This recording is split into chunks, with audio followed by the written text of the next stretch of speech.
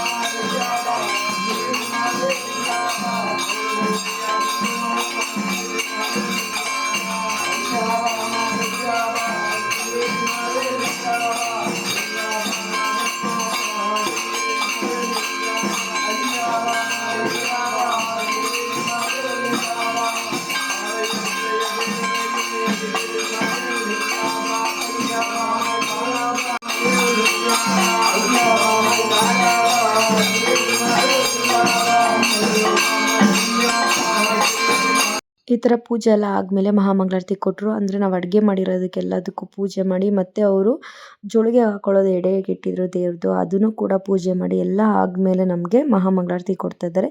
ಇಲ್ಲಿ ತನಕ ನಾವು ಯಾರು ಊಟ ಮಾಡಲ್ಲ. ಆ್ಯಂಡ್ ಅವ್ರಿಗೂ ಕೂಡ ಊಟ ಅಂದರೆ ಊಟ ಬಡಿಸ್ಮೇಲೆ ನಾವೆಲ್ಲರೂ ಊಟ ಮಾಡೋದು. ಅಲ್ಲಿ ತನಕ ಟೇಸ್ಟು ಕೂಡ ನೋಡಿರಲ್ಲ ನಾವು. ಹಾಗೇ ನಾವು ಊಟ ಬಡಿಸೋದು. ಮತ್ತು ತುಂಬಾ ಚೆನ್ನಾಗಾಯಿತು ಪೂಜೆ ಎಲ್ಲ. ಸಾಂಗ್ ಎಲ್ಲ ಚೆನ್ನಾಗಿ ಹೇಳಿದ್ರು ಅವರು. ಅವ್ರಿಗೆ ಸ್ವಲ್ಪ ಹುಷಾರಿರಲಿಲ್ಲ, ಹಾಗಾಗಿ ಸ್ವಲ್ಪ ಸಾಂಗ್ಸ್ ಹೇಳಿದ್ರು, ಅಷ್ಟೊಂದೇನು ಹೇಳಲಿಲ್ಲ. ನೆಕ್ಸ್ಟ್ ಟೈಮ್ ಹೇಳ್ತೀವಿ ಅಂತ ಅವರು ಹೇಳಿದ್ರು. ಚೆನ್ನಾಗಿ ಅನಿಸ್ತು. ಪೂಜೆ ಎಲ್ಲ ತುಂಬ ಚೆನ್ನಾಗಿ ಆಯಿತು. ಎಲ್ಲರೂ ಕೂಡ ಬಂದಿದ್ದರು ಮನೆಗೆ.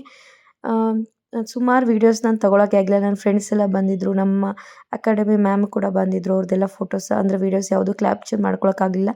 ಅಂದರೆ ಸ್ವಲ್ಪ ಬ್ಯುಸಿ ಇದ್ವಿ, ಅವಾಗ ಓಡಾಡ್ತಿದ್ವಿ, ಎಲ್ಲರಿಗೂ ಊಟ ಎಲ್ಲ ಬಡಿಸ್ತಾ ಇದ್ವಿ. ಹಾಗಾಗಿ ನಾನು ಅಷ್ಟೊಂದು ಫೋನ್ ಇಟ್ಕೊಂಡು ಓಡಾಡೋಕ್ಕಾಗ್ತಾ ಇರಲಿಲ್ಲ ಅಷ್ಟೇ. ಈಗ ಪೂಜೆ ಎಲ್ಲ ಆದಮೇಲೆ ಎಲ್ಲರಿಗೂ ಪ್ರಸಾದ ಮತ್ತು ಮಂಗಳಾರತಿ ಎಲ್ಲ ಕೊಟ್ಟ ಮೇಲೆ ಅವರು ಊಟಕ್ಕೆ ಕೂತ್ಕೋತಾರೆ. ಅವ್ರಿಗೆ ನಾವು ಏನೇನು ಮಾಡಿರ್ತೀವಿ ಮನೇಲಿ ಅದೆಲ್ಲನೂ ಕೂಡ ಅವರಿಗೆ ನಾವು ಬಡಿಸ್ತೀವಿ. ಅವ್ರಿಗೆ ಫಸ್ಟು ನಾವು ಬಡಿಸು, ಅವರು ಬಡಿಸಿದ ಮೇಲೆ ಪೂಜೆ ಮಾಡ್ತಾರೆ. ಅದಾದಮೇಲೆ ಎಲ್ಲರಿಗೂ ಬಂದಿರೋರಿಗೆ ನಾವು ಬಡಿಸೋದು. ಎಲ್ಲರೂ ಕೂಡ ನಾವು ಏನೇನು ಮಾಡಿದ್ದೀವಿ ಅದನ್ನೆಲ್ಲ ಬಡಿಸ್ತಾ ಇದ್ವಿ. ನಾವು ಆ್ಯಸ್ ಯೂಶುವಲ್ ಇದಕ್ಕೆ ಬಾತು ಮತ್ತು ಅನ್ನ ಸಾಂಬಾರು, ತಿಳಿ ಸಾರು, ಮಜ್ಜಿಗೆ ಅನ್ನ, ಪಲ್ಯ, ಕೋಸಂಬರಿ, ಹಪ್ಳ ಮತ್ತು ಮೇನ್ ಇದಕ್ಕೆ ನಾವು ಮಾಡೋ ಸ್ವೀಟ್ ಅಂದರೆ ಕಜ್ಜಾಯ ಮತ್ತು ತುಪ್ಪ, ಬಾಳೆಹಣ್ಣು ಮತ್ತು ಪಾಯಸ ಹಾಕಿ ಇದನ್ನು ಕೊಡೋದು ಎಲ್ಲರಿಗೂ ಊಟಕ್ಕೆ ನಾವು ಬಡಿಸೋದು. ನನಗೆ ಮುಂಚೆ ಆ್ಯಕ್ಚುಲಿ ಇದು ಹೇಗೆ ತಿನ್ನೋದು ಗೊತ್ತಿರಲಿಲ್ಲ. ನಂಗೆ ತುಂಬ ಇಷ್ಟ ಇತ್ತು ಕಜ್ಜಾಯ ಮತ್ತು ತುಪ್ಪ. ನಂಗೆ ತುಂಬ ಇಷ್ಟಪಟ್ಟು ನಾನು ತಿಂತಾಯಿದ್ದೆ. ಬಟ್ ನನ್ನ ಮದುವೆ ಆದಮೇಲೆ ನಾನು ಕಲ್ತಿದ್ದು ಕಜ್ಜಾಯ, ಬಾಳೆಹಣ್ಣು ಮತ್ತು ಪಾಯಸ ಹಾಕ್ಕೊಂಡು ತಿನ್ನೋದು. ಅಷ್ಟು ನನಗೆ ಬಾಳೆಹಣ್ಣೆಲ್ಲ ಇಷ್ಟ ಆಗಲ್ಲ, ಬಟ್ ಟೇಸ್ಟ್ ಮಾತ್ರ ಚೆನ್ನಾಗಿರುತ್ತೆ. ನಂಗೆ ಅಷ್ಟೊಂದು ಬೇಕು ಒಂದ್ಸಲ ಬಾಳೆಹಣ್ಣು ಜೊತೆ, ಬಟ್ ಪಾಯಸದ ಜೊತೆ ತುಂಬಾ ಚೆನ್ನಾಗಿರುತ್ತೆ.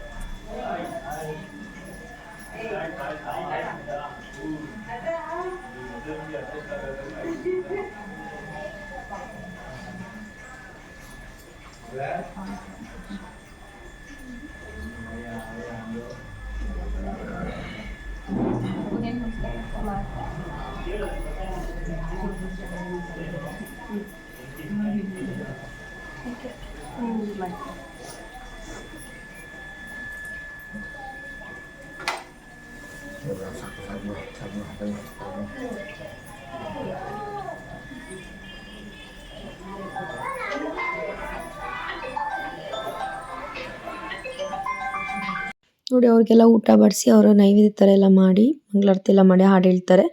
ಅದಾದಮೇಲೆ ಊಟ ಎಲ್ಲ ಆದಮೇಲೆ ಅವ್ರಿಗೆ ಜೋಳಿಗೆ ಎಲ್ಲ ಕೊಟ್ಟ ಮೇಲೆ ನಾವು ಬೇರೆಯವ್ರಿಗೆ ಊಟ ಬಡಿಸೋದು. ನಾವು ಅಲ್ಲಿ ತನಕ ಊಟ ಬಡಿಸಲ್ಲ. ಅವರು ಖುಷಿಯಾಗಿ ಹಾಡು ಹೇಳಿ ಹೋಗ್ತಾರೆ.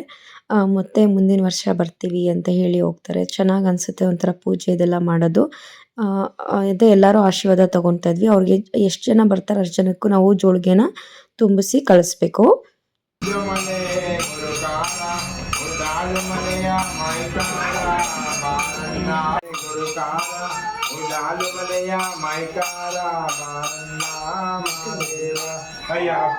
ಮನೆಯ ಸಾಹುಕಾರ ಬಾರಣ್ಣ ಮಾದೇವ ಎದ್ದೇಳೋ ಮಾದಪ್ಪ ಎಷ್ಟೊತ್ತೋ ಸಾಹುಕಾರೆ ಬಾರಣ್ಣ ಮಾದೇವ ಅಯ್ಯ ಕಾಲಿಗೆ ಬೆದ್ದೆವು ಕಲಿಯಾಗೋ ಬಾರಣ್ಣ ಮಾದೇವ ಆನಮಲೆ ಹದುಕಾರ ಗುಂಜಮಲೆ ಗುರುಕಾರ ಉಡಾಲು ಮಲೆಯ ಮೈಕಾರ ಬಾರಣ್ಣ ಮಾದೇವ ಅಯ್ಯ ಅಪ್ಪ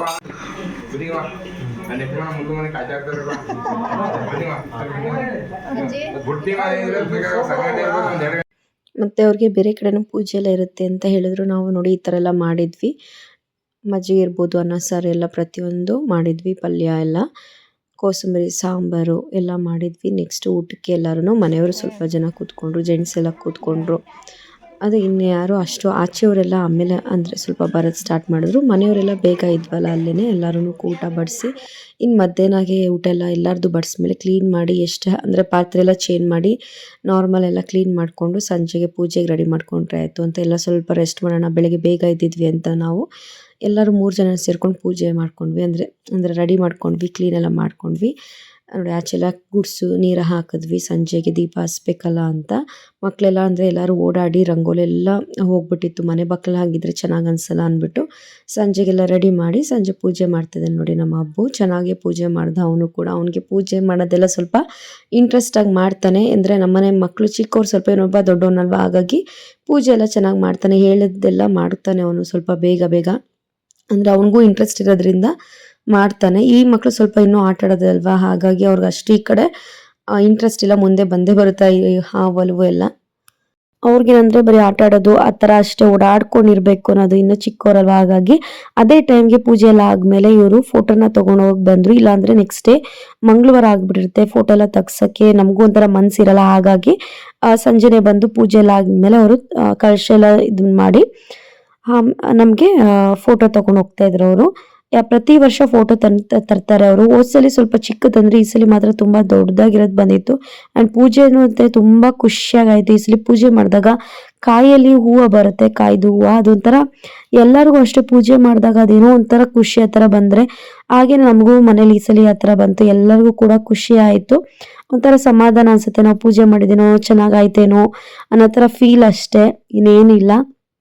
ಅವಾಗ್ಲಿಂದ ಅದೊಂಥರ ಮನ್ಸಲ್ಲಿ ಹಂಗೆ ಅಲ್ವಾ, ಪೂಜೆ ಮಾಡಿದಾಗ ಏನಾದರೂ ಆದರೆ ಒಂಥರ ಖುಷಿ ಸಿಗುತ್ತೆ, ಇಲ್ಲ ಹೂ ಬಿದ್ದರೆ ಖುಷಿ ಆಗುತ್ತೆ, ಆ ಥರ ಏನಾದ್ರು ಒಂಥರ ಸಣ್ಣದಿರುತ್ತಲ್ಲ. ಹಾಗಾಗಿ ಎಲ್ಲರಿಗೂ ಕೂಡ ಸ್ವಲ್ಪ ಖುಷಿ ಆಯಿತು. ಪೂಜೆನೂ ಕೂಡ ತುಂಬಾ ಚೆನ್ನಾಗಾಯಿತು. ಹಾಗೆ ಫೋಟೋ ತೊಗೊಂಡೋದ್ರು. ನೆಕ್ಸ್ಟ್ ಇಯರ್ ಹೀಗೇನೆ ನಮ್ಮ ಮನೆಗೆ ಮತ್ತೆ ಮಹದೇಶ್ವರ ಬರ್ಲಪ್ಪ ಅಂತ ಕೇಳ್ಕೊಂಡ್ವಿ. ಹಾಗೆ ಖುಷಿಯಿಂದ ಕಳಿಸ್ಕೊಡ್ವಿ. ಖುಷಿಯಾಗಿ ಬಂದು ಖುಷಿಯಾಗಿ ಹೋದ್ರು. ಒಂಥರ ಖುಷಿ ಆಯಿತು. ಈ ವಿಡಿಯೋ ನಿಮ್ಗೆ ಇಷ್ಟ ಆಗಿದೆ ಅಂತ ಭಾವಿಸ್ತೀನಿ. ಪ್ಲೀಸ್ ಲೈಕ್ ಮಾಡಿ, ಶೇರ್ ಮಾಡಿ, ಸಬ್ಸ್ಕ್ರೈಬ್ ಮಾಡಿ ಅಂತ ಕೇಳ್ಕೊತೀನಿ. ನಮಸ್ತೆ.